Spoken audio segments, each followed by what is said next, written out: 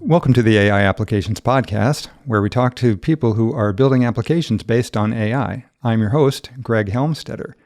And for anyone out there who is actually building an AI application or who has built one or is involved with that process and would like to be on the podcast, drop me a line at greg@latentspaces.ai. My guest today is Darrin Jahnel, co-founder and CEO of Jahnel Group, a 150-person enterprise software development firm that develops cloud-native web and mobile-based software applications that help businesses get things done. Good afternoon, Darrin. It's good to see you. How have you been? I'm doing great, Greg. Thanks for having me. I'm excited to dive in and talk about AI and wherever this conversation leads us. Absolutely. Tell me a bit about yourself and your background. How did you get into software development? Sure. So I wasn't trained in software development. I grew up here in upstate New York, went to school. I played basketball in college, and that was my whole life. So I knew nothing about computers, and I actually got a job as a software engineer down on Wall Street as my first job. Didn't even know what an if statement was, right? And kind of talked my way into that job, and they actually trained me there. I actually started as a mainframe programmer, or did mainframe for a few years, and switched over to Java, and really just fell in love with it. And were they basketball fans there in the Wall Street firm? No, it had nothing to do with basketball. My buddy had gotten a job down there, and he's like, "Dude, I was kind of nerdy. I always loved math, and I had a logical mind, but I didn't know anything about this." He goes, "I bet you would love this," and I came down and I took to it right away, Greg. I loved it. Awesome. Can you tell me, what does Jahnel Group do? Yeah, so you gave a pretty good intro, and when you introduced me, we develop custom software for businesses, right? So companies will come to us when they need help building custom software solutions. And a lot of times they're coming to us for talent, right? Can we put together a team that can build this solution for them? Right. And sometimes maybe they just need some engineers, but sometimes they might need the whole kit and caboodle, right? They need a project manager, the QA people to test it. They might need a UI UX designer as well as the engineers, right? We are experts in the full development lifecycle. And so anything from, ideation all the way through, supporting existing software. What do your typical clients look like? The last guest on the show was Vincent Serpico. I don't know if you heard that. His firm did similar kinds of things, but they kind of specialized in MVP and proof of concept, and work with a lot of startup founders. And my understanding is you tend to work with larger, more established clients. Yeah, absolutely. Certainly have bumped into some small startups and smaller organizations over the years. But yeah, really our ideal fit is more mid-sized to large businesses, people that already have a software development team. And, they're coming to us for some more firepower. Or maybe they've got a short, a 9-month or a 2-year project that maybe they don't want to go hire 10 people for. They'll bring us in, we'll build it, and then we'll maybe scale down over time. Or sometimes we end up staying in for years at a time. But definitely a little bit more on the larger end in terms of customers. How did you come to be interested in AI yourself personally? I'll be honest, Greg. The second I saw ChatGPT, and I think that came out in November of 22. 3.5, November 22. Same here. And somebody showed it to me. I started interacting with it. I'm like, what is this? I thought I was being punked. I thought there was someone on the other side, right? It was just so good. It was so amazing. I couldn't believe it. And the spark was lit, and the obsession kicked in, What did you do at that point? I like to ask people this because I know what I did, but I was able to spend full time focusing on it, and you had a company to run. Yeah, absolutely. But I'm a very much of a binge and purge guy. When I get obsessed with something, it's just basically just nonstop, right? I'm a big YouTube guy. I've probably watched, I'm not even exaggerating, maybe 1,000 videos on AI on YouTube. I don't know if that's a real number or not, but it's certainly over 500, right? And so that's kind of my process, right? Is start watching videos and learning this, and then prototyping and trying to build something myself, and then talking to my team, and then trying to get real projects and just kind of going all in. I actually developed an AI talk called Demystifying AI, and I've given that talk probably over 40 times. And so that talk evolved over time. And there's nothing better to get your message polished than putting together a talk that you're going to give in front of 300 people. And so that's how I went about it, Greg. Just curious, do you still give that talk much, or is it sufficiently demystified yet among people? Yeah, the demand for that talk has definitely slowed, but I'm still doing it, right? And sometimes I'm even doing round 2 for places that a lot of these are clients or connections that we've had, and so we're doing round 2 of like, okay, that's what I knew last year. What about now? And what projects are we seeing? Talking about exactly what we're doing, I think, is what people are really interested in, because every company, every person is trying to figure this out. Agreed.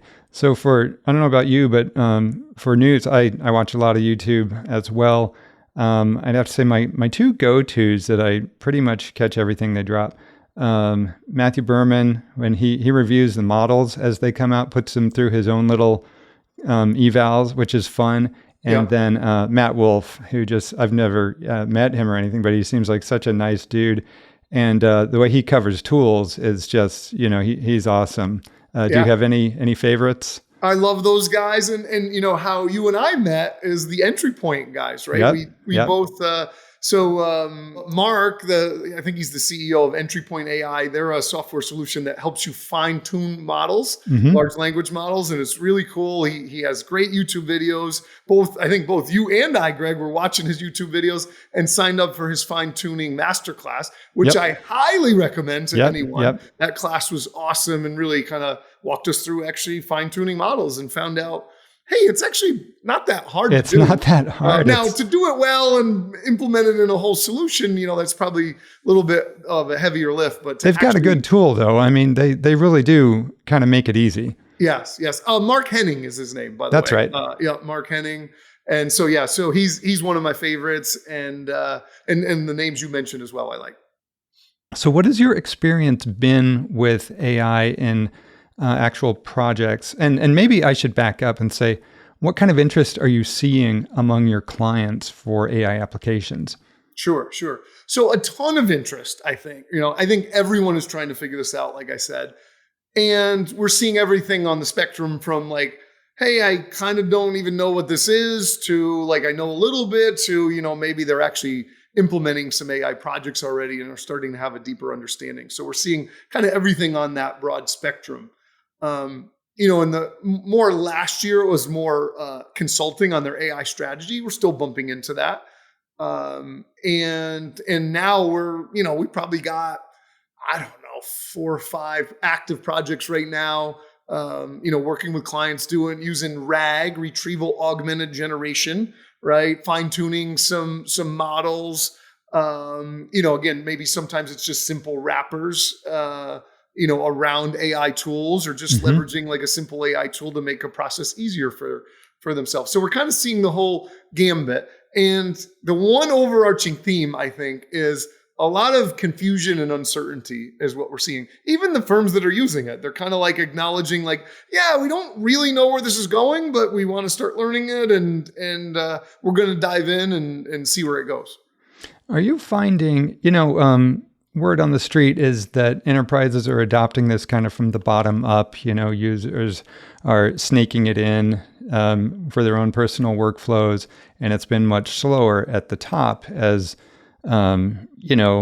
executives had to figure out, A, what is this thing all about? B, what are the risks? And then how do you approach it and scale it throughout an organization? Does that really affect you and the way you close deals with clients? Or is it just kind of very ad hoc, we need a project, or maybe even existing clients who we would want to now integrate AI into existing projects that you've been working on with them, et cetera? Yeah, absolutely, Greg. What we're seeing is a lot of firms who are trying to like They're trying to like nail it, right? They're sitting down, they're brainstorming use cases, they're debating which AI project should we do first. They're trying to estimate the cost, trying to estimate the ROI, discussing the security implications. They're trying to solve it all and obtain funding. And really, we're in the Wild West. You cannot put together a rock solid AI plan. You just can't do it. I can't tell you what your ROI is going to be. I can't tell you exactly how much this is going to cost, right? And so what we're finding is, and we now, after we've done, I don't know, 15 different consulting engagements, we say, listen, here's how you should start. We know it. If you want to go through that exercise, we can sit there and we can, you're going to request all of these things that we don't have answers for, and no one in the world does. Maybe OpenAI and some of those firms do, but and this is kind of what we're telling our clients, right? You've got to reframe your AI strategy and look at it as a multi-year transformation, right? You're not going to just dive in and figure this thing out. You got to look at it as a multi-year transformation. You got to set aside a small initial investment and then use a small team, a curated team, to create some type of prototype. And that prototype should be something not as risky, right? You should probably use a local large language model, right? As opposed to going out, and I'm talking generically. It depends on the use case, of course. But use a nice little private LLM so your data's not exposed. Keep it in your data center if you're a larger company. And try something and just ease into this and see where that goes. Do you get any bang for your buck? Are you starting to see? And what we see is the companies and the firms that are doing that, Greg, they're starting to have the light bulb moment going, oh, this actually did work. Or no, this was a complete waste of time. And then they're starting to get ideas for follow-on projects. And I think now firms are starting to see like, oh, this is actually how we could leverage this and use this over the next 2, 3, 5 years. Do you find that there's a sort of mental or attitudinal adjustment that happens? I imagine you deal with a lot of CTOs and CEOs. The idea of non-deterministic outcomes from software is just kind of a new idea for all of us. And agents, as people say, they're in many ways, or bots, I should say, chat bots, they're less like software and more like kind of smart interns that just sometimes make mistakes. So really employees. And, it's a little bit hard to get your head around, but once you reframe it as, well, your employees make mistakes from time to time, and you manage to deal with that. Similarly here, I think in the kind of the textbook examples now, if there are textbooks yet on this, customer service chatbots that were kind of, it was a great kind of first use case for a lot of companies because there was already baked into the culture and the systems this automatic escalation process where, if the low-level person can't handle it, you escalate it to somebody who has more knowledge or authority. Well, same goes with the chatbot. If you get 90% of the answers right, and then there's 10 that, it can't handle, you just hand that off to an actual human in the loop. Have you found this to be a philosophical shift that people have had a hard time dealing with, or they seem to be coping with it pretty well? Yeah, no, definitely people have a hard time with this. I have a hard time with this. I'm a software engineer. I'm a nerd in my soul. I want to be able to go, if I do this, then I do this, that will compute. And I want it to solve out like a math problem, right? And so it can be very frustrating when it can be a little bit unpredictable. And we do see a lot of pushback from our clients, especially a little bit more conservative folks, maybe who kind of can't see past that. And so what we've done on a lot of our projects are, we're mixing in old school, traditional software engineering, right? Maybe instead of just like asking a large language model, we're querying a traditional database first and bringing that information back, right? Kind of like a RAG type of situation. And then using that information in order to ask the large language model maybe to summarize that. And then maybe if I'm not sure how technical the listeners are, but you get as technical as you want. If they're familiar with temperature, right? How creative or how much freedom are we going to give this large language model, right? We're seeing a lot of times we're bringing that temperature down to 0, or we're not giving it much freedom, right? Because we don't want it to freelance, at all. You're not writing French poetry here. Yes, absolutely. So yeah, we're mixing in We're mixing in some traditional old school software engineering, right? Pulling data back and using the large language models where we think it makes sense, and kind of like limiting their, I don't know, I guess freedom that's a bad word, but like limiting the possibilities so we get into less trouble, if that makes sense. It does. I think you don't hear that much about hard-coded guardrails, either on the input or the output side. But, I think the story that, I think this all the time, the new models coming out and the new capabilities, to say nothing of, video and audio and all these kind of exciting modalities. But the big models get all the news, but really all the work going on kind of behind the scenes quietly by developers like yourself that are just doing not just the RAG and the fine tuning and that kind of stuff, but actually kind of old fashioned just engineering, right? Filtering some of these outputs, and maybe you can't hard code guardrails for every possible. Like if somebody had a really malicious intent to jailbreak through prompt engineering your LLM, maybe you can't guard against every situation, but you could probably get the vast majority of just innocent, people asking kind of goofy questions, or if the machine, if the LLM just kind of happens to go off the rails for whatever reason and, start talking about company data that isn't supposed to be made public. There's totally ways to lock that stuff down. Yeah. And, this is a tool, right? And I think the mistake that people have is thinking that artificial intelligence, they're emphasizing the intelligence more than the artificial, right? Yeah, absolutely. Whereas it's actually not that intelligent, but it does a really good job of sounding intelligent, and through just kind of rigorous processes and red teaming, it's really. Oh, and also actually kind of a question here. My belief and my understanding is that most of the evals out there for models, they're not very good, and we're always looking for better ways to, better evals, but they get saturated, and these models kind of train on public data sets that are, sometimes actually in the evals. So it's, but what's really more appropriate is for in almost any use case of any important project is for the team to develop their own evals, right? For actually, do you do a lot of that kind of work in your projects? Absolutely, yeah. So that is definitely, there's a new paradigm to QAing software, right? Before you just test it, it works. Oh, I made a change. Let me test that again. It still works, mm-hmm. right? And now what we're doing is we're giving more of like a score. So on one of these projects we did, it's like a customer support portal, and we're basically helping the user by looking at the context of their screen and using RAG to go out and like basically give them some like possible next steps, right? And so based on that, you can't say this is right or wrong. Sometimes you can, but a lot of times it's like, yeah, this is 95% right. This is a good answer, but we've got to score it, right? And so what we're finding is we've got to come up with like, I don't know, 30 different tests to test this particular feature, and we score each one of them, and we give it we give it a score, right? 1 to 100, and this iteration got an 86.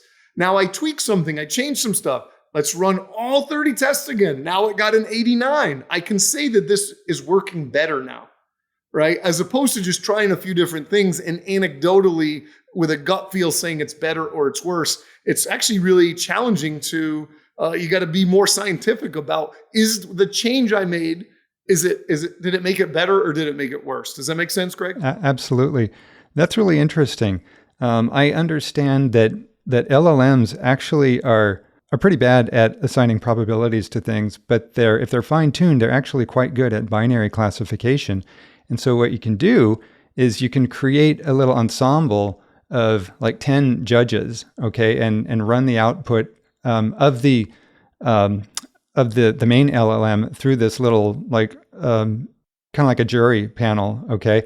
And each of those can binary say yes or no, this is good or bad. And if you do it 10, you end up with like maybe 7 say yes, 3 say no, and that's like 70% good output, which is a much better proxy for sort of a probability of quality versus just asking one model. Do you do any Greg, kind let me of... jump in. Let me jump Yeah, on that. I absolutely. think that what you just described is really the thing that like excites me the most about AI is, well, now you just created 10 little QA agents, right? And so every time I run it, I'm going to run through these 10. Well, why not create 100 agents? Why not create 1,000? Why not create 10,000? Right? Well, again, you gotta figure out what makes sense and what doesn't, right? But that's going to be the power of AI and kind of all of where we're going with agents, right? Is it's going to be doable to spin up armies of little agents to do all of these different things for you. And that's what I'm so excited about. I can't really see around the corner exactly where that's going, but I feel like that's going to change everything when that becomes pervasive. You know, I don't know if you were leading me somewhere with a question and I jumped in on that, but I thought that was so cool, the example you gave. Well, it's actually, there's two lines of questioning there that it makes me think about. One is just the implications right now. I mean, there's kind of like you have a token budget and cost of compute with these things. Even if you're running local models, it's still a real cost. And so there's sort of a business analysis that needs to be done as for the trade-offs in any kind of situation. How much reliability you want to have versus not just the actual cost of compute, but the latency.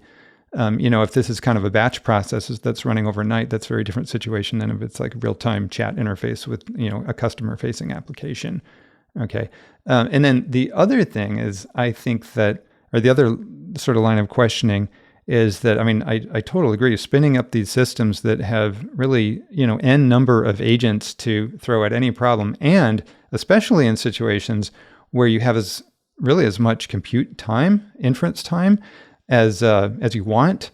This is this kind of maybe the researchers have known this for a while, but to me, it's recent knowledge that not only are we seeing these no end to the limits of scalability with compute, but also so far no asymptotic leveling off of quality from inference time scaling. So we have kind of like two scaling laws that you multiply by each other, and it kind of gets the mind spinning a little bit with what's going to be possible from these things. Yeah, absolutely. And it is so hard to wrap your head around exactly where this is going, right? It's one of those things, like the reason no one can tell you where the stock market or our economy is going, because when you think about all of the factors and the complexity in our economy, just think of how complex that is. I feel like AI is at that place now where there are literally hundreds of thousands, millions of different factors, and it's really hard for any one person to kind of like wrap their head around how is this going to shape up. And I don't think anyone knows, including the smartest people in the world and even the firms like OpenAI and Google, right? And you're right, it's absolutely mind bending. I think that the obvious advantage that they have is that whatever they're releasing to the public now, they actually knew certainly 6 months, maybe a year ago. And that all makes sense and everything, but it really is freaky when you start thinking like, okay, they've got something right now that we're going to learn about in a year, and that's like 7 years. It's like dog years, right? It's AI years, or like there's a lot happens every single week. So it kind of gets, it's you get into sort of like crazy territory thinking about, well, wow, what do they got cooking back there that we don't know about yet? Yeah, absolutely. I'm with you. Are there any specific projects you can tell us about? I know there was one involving a game developer. I don't know if you're able to talk about that. I think I can talk about that one, right? So we're using AI to help translate languages, right? So these video games are written in English, right? And the script is in English. So we're using computer vision to look at the screen and pull off the subtitles. And then we're using different text to voice modules in order to, well, first we're translating the language into, maybe 50 different languages. Wow. When they used to, actually, that's not right. Maybe 25 different languages when they used to maybe only do the main ones, right? Like English, Spanish, Portuguese, French, German, whatever, Italian, right? yeah. Chinese, Mandarin or something. Now they're translating it into 25 languages and using text to speech, to generate in maybe some of the more obscure languages. Maybe they're not ready to spend $100,000 on a voice actor to re-record all of this stuff in a less popular language. But now if you can leverage the power of AI, and it's pretty damn good, but maybe not as good, but it opens up a new market for your game. Well, that's an absolute game changer. And so we've been doing different things like that. I don't want to get too much into the details just to kind of, for confidentiality with the client. Interesting. When you say that the AI reads the text off the screen versus giving it, a big text file or JSON file or something like that to pull from. Well, yeah, the reason we did that, which is actually really cool, right? Because obviously they have the script, right? The script doesn't have context. So what we did was we recorded the gameplay, and then you can pull you can pull it off the screen, and you can also use computer vision to describe the scene. Because if I say it's raining cats and dogs, well, that might mean it's raining really hard. Or in a video game, it might mean there's actually cats and dogs raining, right? So if I was looking at an image and there was actually cats and dogs falling from the sky, well, now the translator would know maybe that there's actually cats and dogs falling from the sky as opposed to it's raining really hard, right? So it you're gives getting you context more context and allows that translation to be even better. To really interpret idiomatic expressions intelligently. Yeah, absolutely. Yep. Are you guys using, I can sort of guess, are you using, or to what extent are you using like CoPilot and Cursor internally to help your software development processes? Yeah, our engineers are using CoPilot a ton. We have a company-wide license. Now they can't use it on every client, right? Certain clients don't allow it, right? Really? So you got to make sure you're on the right project. The ones who are on projects where they can't use it, I can almost guarantee you those guys are using it on their side projects and they're using it at home on their own stuff. But obviously, our clients' security protocols and policies are, primary and of utmost importance. So some of the guys who are on clients where they can't use it, they're jealous of the other ones who can. I'll bet. But yeah, so very pervasive. And they're writing code like 4 times faster. Yes. Now, again, there's pros and cons to that, right? As I'm sure you know, right? Sometimes you crank out a day's worth of work in an hour because of those tools. And sometimes it costs you an extra 3 days because it put a little bug in there that you never would have put in and it couldn't find it. And, so obviously there's pros and cons to it. But I think those tools, similar to spell check, everyone uses spell check, right? That's just a tool that everybody uses. I kind of think of the coding helpers are going to be similar to that, where like it's almost crazy to not use it, Absolutely. So the pace of change in AI today it's insane. How do you personally keep up with it? Sure. So first of all, I would say I don't keep up with it. I can't keep up with it. And so kind of accepting that mentally is good. And so what I do is I'm all about my process, right? I'm a big guy. I don't know if you know the book Atomic Habits by James Clear. James Clear. I'm a big believer in that. And kind of, so, not every day. It used to be every day. It used to be multiple times a day. But now it's probably, 2 or 3 times a week. I'm carving out some time and I'm going and learning new stuff about, the latest model, or I'm testing this, or I'm fine tuning, I'm doing a little prototype. And so it's really just being intentional to make sure that I'm continuing to learn every day, or every week, I should say. And by doing that, I feel like I'm on the forefront of it. But obviously there's tons of stuff that's getting past me and that used to stress me out. And now I've kind of I'm in a Zen state with it, Greg, right? We can't know everything. It gives me a lot of peace knowing that everyone else feels exactly the same way about it. Like I said, I spent about a year literally doing nothing else, like full time. Even I didn't even see my family very much for this year. I was just doing AI. And I felt like I was so far behind. And then you realize, well, actually, there's no one in the world who has more time. I don't care how rich they are, how smart they are. They don't have more time than what I've been doing. So it's like they all have to be feeling this. And you hear the same thing from everyone. So with that in mind, how do you find, or how do you keep your engineers up to speed? Because they got to be learning stuff. And for that matter, do you find it difficult to find engineers who are familiar with machine learning or LLMs, given this is such new technology and they are in such hot demand? Yeah, absolutely. Right. So, I think it's a spectrum or a bell curve, like anything, right? And if you put all of our engineers in a bell curve, you're going to find the ones who are, almost experts in it, and all the way down to some maybe a little bit more old school guys who are later adopters who are like, yeah, I know it, I've dabbled a little bit, but it's not my thing, right? I do feel like engineers by their nature are really interested in this stuff. So even people in that like lower end of the bell curve, they're still way ahead of the average like person, right? Yeah, absolutely. But you're right. The true experts, the ones who are really have a deep understanding of that, they're extremely difficult to find and keep employed. But from us, we're really software developers, right? At the end of the day, we're harnessing these tools. So I don't need the guy who really, truly, deeply understands how a neural network works and a large language model, the underpinnings, because we're using the OpenAI API. And as long as I know how to use an API, I'm leveraging the power of those geniuses that created that thing. I just need to know how to work with this tool. Right. And so for us, and I think the vast majority of people that are going to be interacting with these tools, I don't think you need that deep knowledge.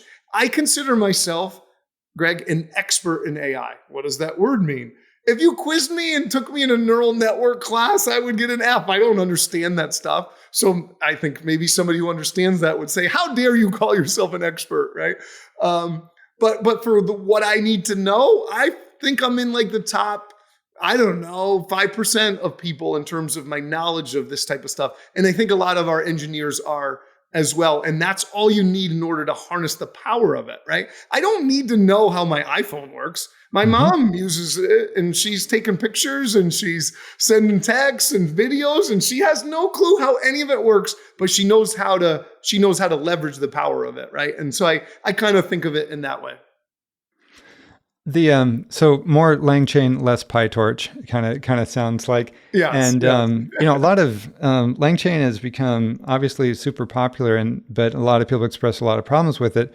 And they kind of say it's like maybe good for prototyping, but they're generally a lot of developers are more content to just kind of roll their own when it comes to building something. Same kind of goes for these agentic frameworks, Crew AI, and so on.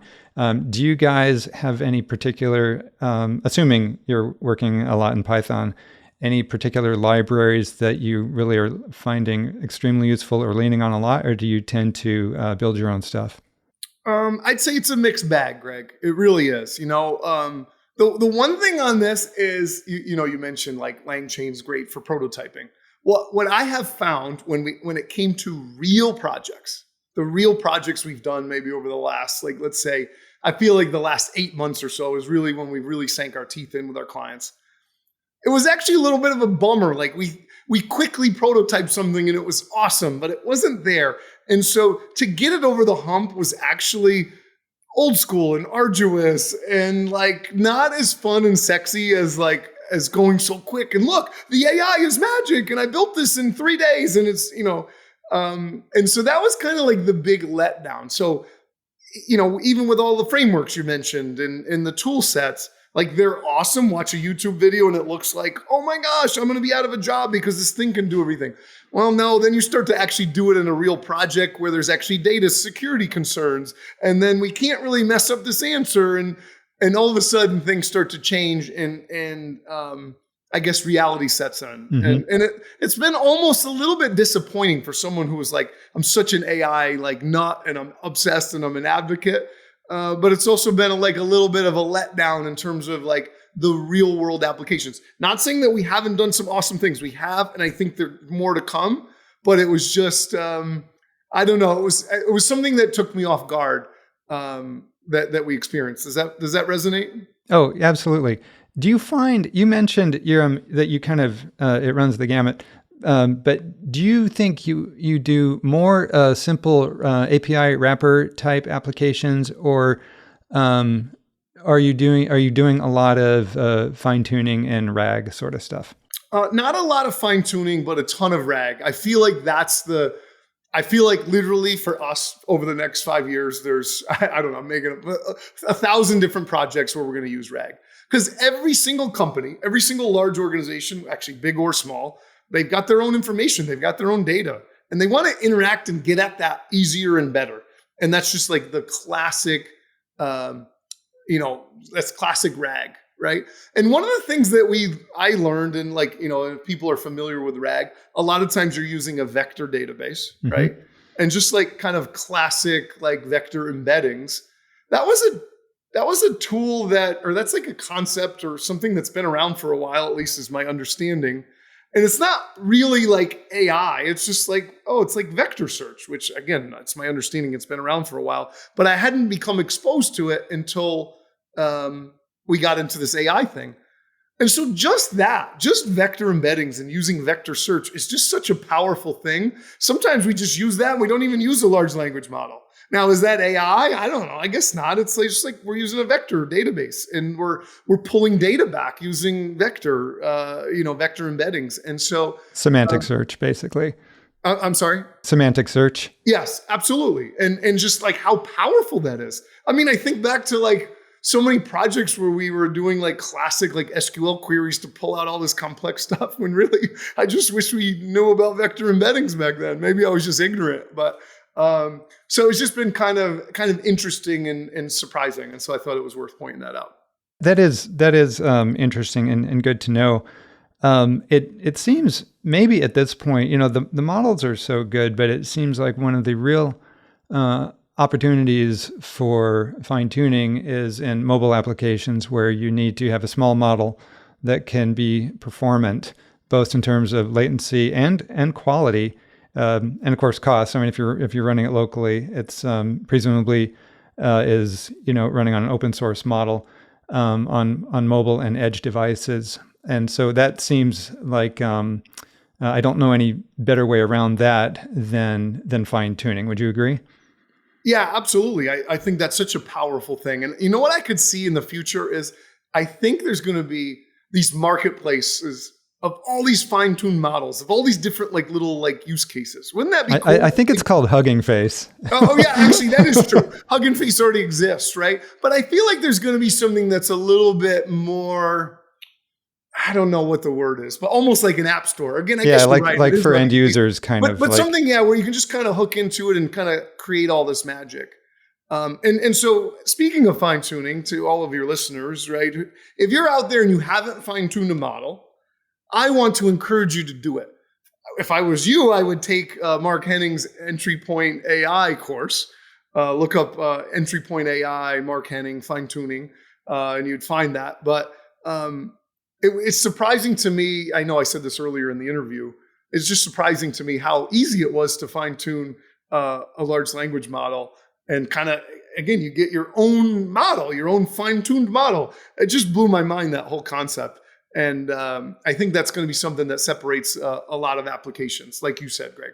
It really is. And I've said this before, and I tell people kind of every chance I get, first, you don't need a PhD in data science or applied math to fine tune. You need, 30 minutes of instruction probably to get the high level stuff. And then, you can go deeper if you want to. But really, the tools, from the frontier labs themselves, OpenAI, Microsoft Azure, they have Google, they have interfaces for doing fine tuning directly. So you don't have to be a developer. And where most people, if they're going to run into any problems, it's that they need data, right? But what I did not know until I took Entry Point's course is that sometimes you need as few as 20 samples to train to fine tune the model with, like 20 pieces of data, which, I don't know about you, you can sit down and write down 20 like question and answer, whatever the situation is. There's kind of like few shot examples to train your model. You can do that out of the top of your head. You can get a lot more than that if you have company data, like customer service logs or whatever. And you can use a large, really good LLM to generate synthetic data, which if you want a human being to go through and review those, maybe create a couple of thousand, and you can actually use another LLM to rate those and see if they're good or not. But if you want to have a human in the loop, fine. Anyway, you can take all that data, load it in, and you're going to get a really, really good fine-tuned model. And that's just, that's almost just like it's a workflow, but it's not like heavy lifting in terms of any kind of software development. Yeah, I think what you're talking about sounds like black magic and so hard to a lot of people. But Greg, you and I saw that in that course, right? And we're like, oh, wow, this is doable. Like, we can do this. And, we bonded over it. We're like, this is so cool. Why isn't everybody doing this? Yeah, we were nerding out. That was awesome. And the guy, Miha, was the teacher. He was phenomenal. Yeah, he was great. And he showed us a bunch of examples. I think he even said, like, to fine tune a model, I think he was saying, wasn't he saying like the sweet spot in data is like 100 rows to 200 rows? I think so, yeah. And I came in probably like you were thinking, oh, I need 20 million rows in order exactly, to tune exactly. Right? And I think that's a false perception that we had.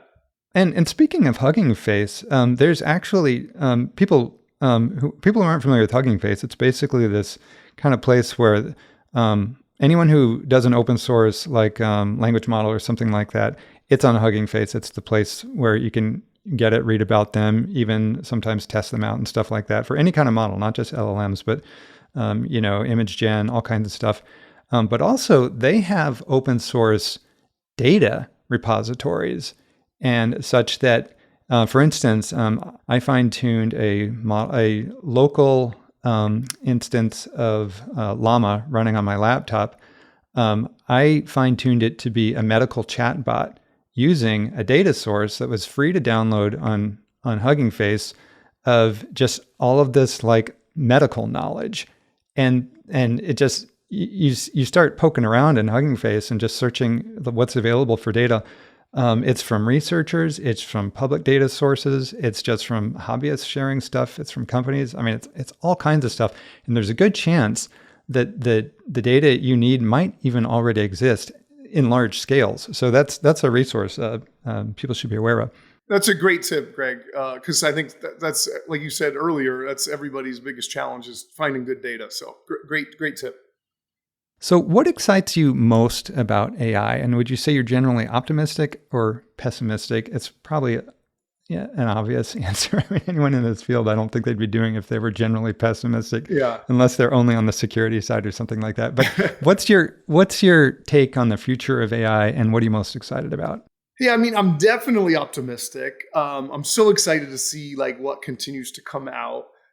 For me, being in this industry, right? I mean, we develop custom software. I feel excited that initially I was like, oh, AI is going to replace us all. Like there's no need for engineers anymore, but I'm over that now. And now I'm like, oh, wow, every company in the world is going to have thousands of AI projects. There's basically endless work for the Jahnel Group. Jahnel Group's the name of our company, for the Jahnel Groups of the world, right? There's really, endless work there. So I'm excited to see where this goes. And as we get smarter and start to understand this more, I think we're going to build some of the coolest software that people could ever imagine. I really believe that's coming over the next few years. And so I can't wait to dive into that. I'm super optimistic. And even the things that we've recently done with clients, I want to see them in the wild. They're already getting some positive reviews. So I'm just excited about the solutions we're going to build for our clients, Greg. I was speaking to a group of software engineers, and one of them asked me, what I thought about if they were going to be losing their jobs anytime soon. And I said, well, the first thing I think to ask is, how much of your actual day are you coding? And, the kind of eyebrows raised, and around the room, there's this consensus. It's like software engineers do a lot of stuff that is not writing code. Yeah. They love writing code. They wish they could write code only, right? And not have to deal with, clients or meetings or code review, whatever, all the things, right? But that then when they actually sit down to code, when they're using these tools that like just, like the code completion and I haven't used Cursor personally, but I've seen some of what it could do. I can't speak to how effective it is, but clearly the productivity gains are there. And, this is an unlock for so many developers that really gets them, excited actually. And I know, they say that the next programming language is English. Right? You've heard that one. Yeah. And that we're not learning to program computers, like computers are learning our language, and that's Yeah. where software is going to come from. And there's going to be this, I think, societal kind of unlock is ordinary people can speak to probably what amounts to an agent, probably maybe through an operating system or some web interface or something like that. And they just want to something that does something. And like, then there's a way to do it. And what behind the scenes, like an application was just built. And I think that's magical and really amazing. And I can't even imagine how that's going to change the world. But what programmers and software engineers really do is like, there's a real art to creating elegant solutions to complicated problems. And I think what all this means is that they're going to be able to apply that trade and skill set to much larger, more complicated problems than humans could take on. What would have been a multi-million-dollar project is now somebody can sit down and maybe work with these tools. I'm talking about a software engineer working with these tools to craft an elegant solution, and it maybe takes 3 or 4 weeks instead of 100 developers working for 18 months or something like that. Would you agree? No, I love that. I agree with that. Okay, last question, actually next to last question. How would you personally define AGI, and when do you think we will get there? Yeah. I would personally define it as when the software, the computers are they're doing their own thing. They're like coming up with their own ideas. They're almost like a mind of their own, right? Absolutely not what we have today, right? These tools work and they're like input, output, right?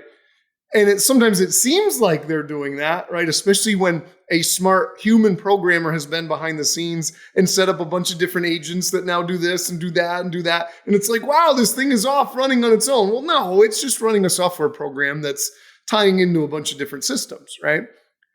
That's how I would define it, right? Is when the AI is off doing its own thing and coming to us with solutions, right? And I do feel like that's a long way off, personally, right? Some people that are a lot smarter than me think it could come sooner, but I just don't see that. That's my understanding of how these tools work.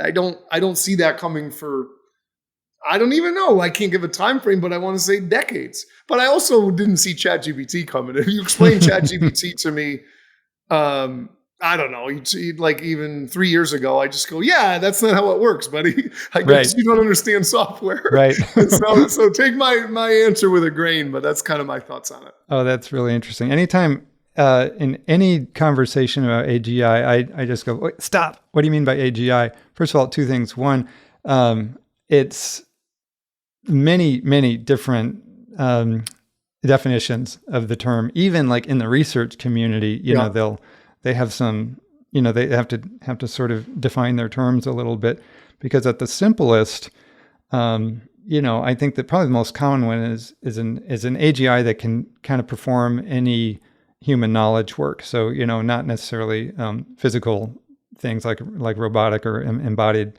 but anything like a knowledge work, anything a remote worker could do on a computer, having a piece of software be able to do that. But even then you get into these kind of like, it's not binary. It's like there's degrees of being able to do that. We all have different tasks, and some tasks are going to be really easy to automate, and some are going to be extremely difficult to automate and maybe never, or, a very, very long amount of time.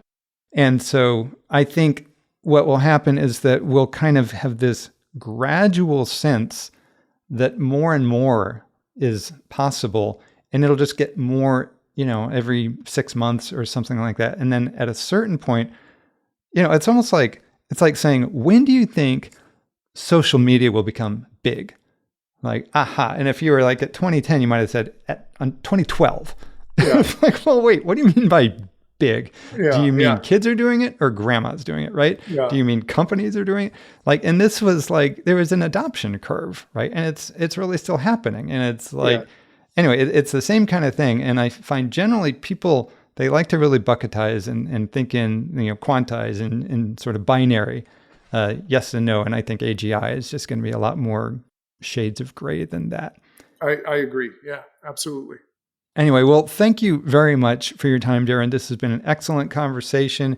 Where can people reach you if they need to have their awesome AI application built? Yeah, check us out. Our company website is jahnelgroup.com. That's Jahnel group.com. Darrin Jahnel is my name. I also have a YouTube channel if you want to see any of my content.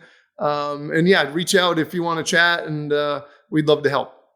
Excellent. I will put links, including to the company and to your YouTube channel in the program notes. And again, if any listeners out there build AI applications or have built one and would like to be interviewed, drop me a line at greg@latentspaces.ai. Until next time, I'm your host, Greg Helmstetter, and thank you for listening to the AI Applications Podcast.